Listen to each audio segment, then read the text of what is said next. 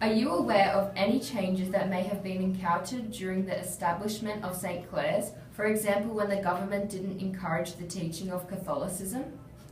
There have been many, many changes, and the sisters originally came to Australia to teach because Henry Parkes had removed all aid to church schools, so much as what's happening today. And so the sisters came out from Ireland. The Franciscan priests asked the sisters to come out because they knew the great work they were doing in Ireland as teachers. Like to see happen to St. Clares develop into? I'd love to see St. Clares develop into a Franciscan school which embraces all the Franciscan values, beginning with living the gospel values.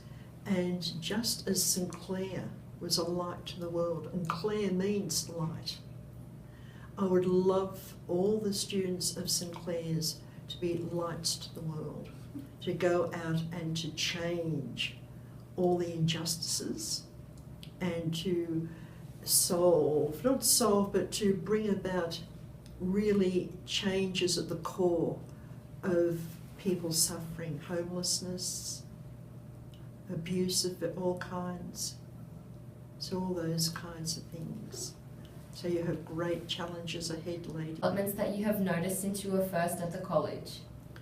Well, I can go back to the days when this building did not exist, O'Sullivan did not exist, Newry building had one classroom, had classrooms on the lower floor where the admin building is, and the floors above were convent. They were novitiate for the young women who came in to be religious sisters, and that's where they lived.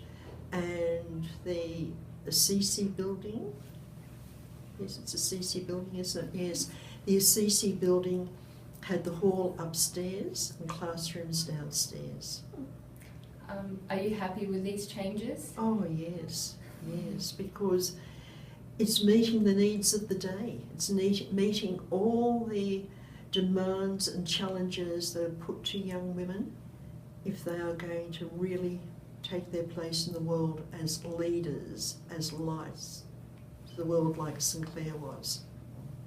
What challenges were there during your time with the college, and how did population?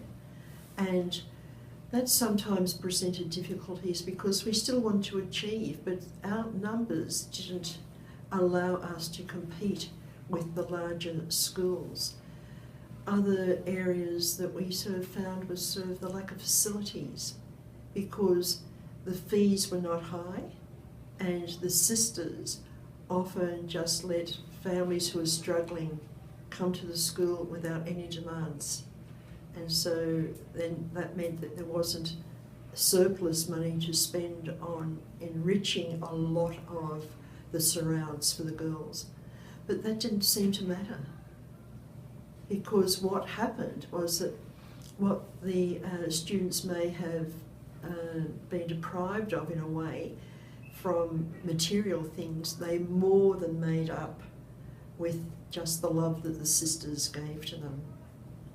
And yesterday and the day before, I've had messages from 3 ex-students going back, one from in the 1930s, just saying how grateful he was, because he came here when little boys could come to school, come to St. Clare's, how grateful he was for all the love and care given to him and his family by the sisters. Another was a lady who went to school with Sister Pauline Babici, and she wrote about her love and care and how she still loves to keep in touch with Sister Pauline. And then another lady was who left here in 1950, and she had read the ex-students newsletter, and she just said how wonderful it was. So that's another change. So the school used to be a co-education school with boys and girls, but now it's just girls. The change was that there used to be St. Clare's College here and St. Charles School there, and both schools had students into secondary school. And here, little boys only came here to grade 2. So it was only co-educational to grade 2. And at St Charles it was co-educational to grade 4. How has the college changed physically? Physically, So like, this Clares building's been built, yeah. O'Sullivan. Every aspect of the school, the college has changed physically. The area where the girls gather for lunch, that used to be 2 tennis courts, but it could also be used as netball courts. So there were always many tennis rackets being swung around as girls would sort of play tennis at lunchtime, and how they followed what ball belonged to them was a miracle. How has the college developed in terms of their beliefs and religion? It's a big question. It's a challenge. That's a hard one to judge. The only way we can judge is by the girls' actions and the teachers' actions, because we cannot judge what each person believes in their heart and what is happening in their heart. But all we can sort of say is that by their actions we'll... Have you always accepted non-Catholic students into the college, and if not, when did this?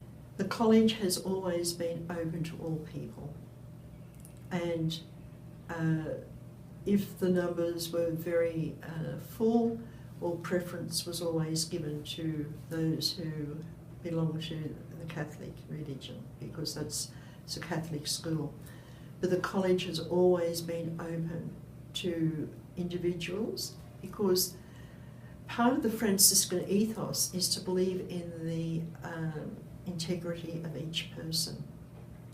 And each person is created by God. So it's in that way that the college is open to everyone.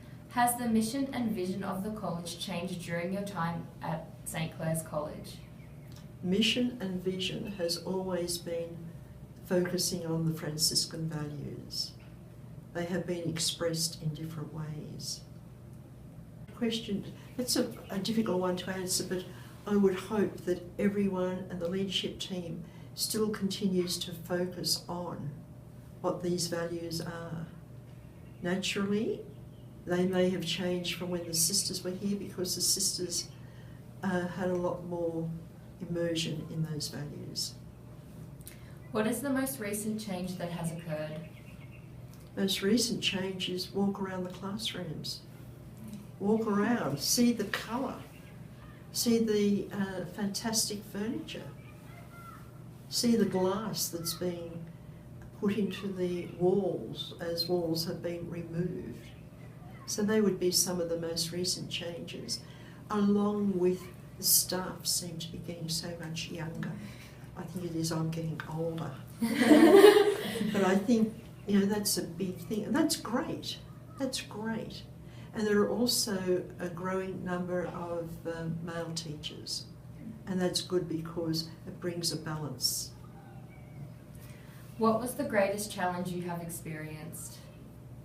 The greatest challenge I have experienced was saying yes to taking on the role of acting principal. That was the biggest challenge, but it was a wonderful experience. The staff were great, and I think giving everyone, both students and staff and the whole college community, the whole way of working is that together we can do great things. And everyone is able to contribute, from the youngest to the most senior person in the community, because everyone has something that the Lord's inspiring them to say. Because your thoughts have to come from somewhere, your ideas have to come from somewhere. But at the college, and if so, which ones? There are lots of changes, and it's hard to imagine, because as new staff come on board, particularly new leadership people, they can be so creative in their ideas, and I can be surprised with different ways that have happened, different changes. But again, they're not to be unexpected. Just the same as if you do assignments We can have a topic and think, oh yes, but you can surprise me with the way you respond to that and the way you give feedback. And it's the same with the college. You can be utterly surprised with